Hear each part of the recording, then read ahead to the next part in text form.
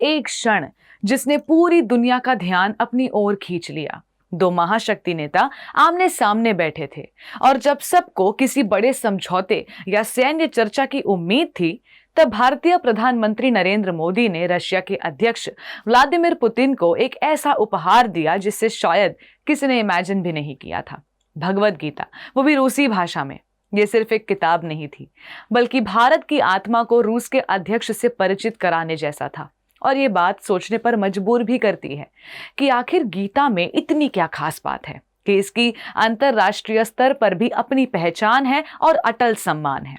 भगवद गीता को अक्सर लोग सिर्फ धार्मिक ग्रंथ समझ लेते हैं, जबकि सच तो ये है कि गीता धर्म से कहीं आगे की चीज है। ये एक कंफ्यूज्ड, डर से भरे, टूटे हुए व्यक्ति की कहानी है जो जीवन के सबसे कठिन मोड़ पर खड़ा था और तभी उसे ऐसा ज्ञान मिलता है जो उसके भीतर की हिम्मत, स्पष्टता और समझ को जगाता है। भगवद गीता बताती है कि हम कौन हैं, हम यहाँ क्यों हैं और जीवन में किस दिशा में चलना है। ये पाठ पढ़ाने वाली किताब नहीं है, आंखें खोल देने वाली जादुई ग्रंथ है। इसी वजह से दुनिया भगवद गीता को स्पिरिचुअलिटी के साथ डीप लाइफ फिलॉसफी मानती है। आज अमेरिका, यूरोप, रूस, हर जगह भगवद गीता पढ़ी जा रही है। लोग इसे थेरेपी की तरह अपनाते हैं, डिप्रेशन, एंजाइटी और ओवर थिंकिंग से बाहर निकलने का रास्ता मानते हैं। जबकि रूस तो कमाल कर रहा है। एक ऐसा देश जिसे हम पश्चिमी, कम्युनिस्ट, कठोर और प्रैक्टिकल सोच का प्रतीक मानते हैं, वहां लोग बेहद खुले दिल से सनातन संस्कृति, योग, मंत्र और वैदिक ज्ञान, वैदिक विजडम को अपना रहे हैं। वहां गीता पढ़ना प्रेस्टीज माना जाता है। स्कॉलर्स गीता पर रिसर्च करते हैं और आम लोग उसे लाइफ गाइड की तरह इस्तेमाल करते हैं। लेकिन आयरनी देखिए, दुनिया हमारी चीजों को प्राउडली अपनाती है और हम भारतीय अब भी स्पिरिचुअलिटी की बात करने में शर्माते हैं।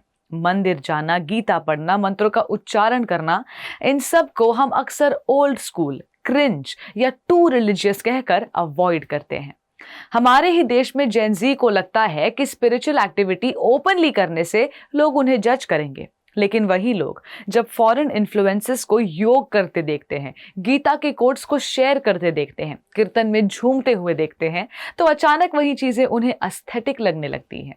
ये सिर्फ कंफ्यूजन नहीं, ये आइडेंटिटी क्राइसिस है। और इससे भी बड़ा सच ये है कि हम आज भी उस वेस्टर्न लाइफस्टाइल की नकल कर रहे हैं जिससे पश्चिम देश बहुत पहले बाहर निकल चुके हैं। वे पार्टी कल्चर, सुपरफिशियल ट्रेंड्स और फेक परफेक्शन की दौड़ से आगे बढ़ चुके हैं, लेकिन हम अब भी उसे मॉडर्न लाइफ मानकर पकड़ कर बैठे हैं। जो उनके लिए फेस था, हमारे लिए फैशन बन चुका है और ये गैप बढ़ता जा रहा है। इसलिए मोदी जी द्वारा पुतिन को गीता भेंट करना सिंबॉलिक होने के साथ साथ अवेकनिंग है। ये याद दिलाने का तरीका है कि जो ज्ञान दुनिया को आगे बढ़ा रहा है वो हमारी ही मिट्टी से निकला है। जो किताब विदेशी गर्व से पढ़ रहे हैं, वही किताब अपने ही देश में लोग दिखाने से भी शर्माते हैं। अब वक्त आ चुका है फेक मॉडर्निटी के पर्दे को हटाने का, अपनी रूट्स को पहचानने का, क्योंकि जो व्यक्ति अपनी जड़ों से कट जाता है वो हवा के सहारे टिकने की कोशिश करता है, पर वो टिकता नहीं, बस बहता रहता है।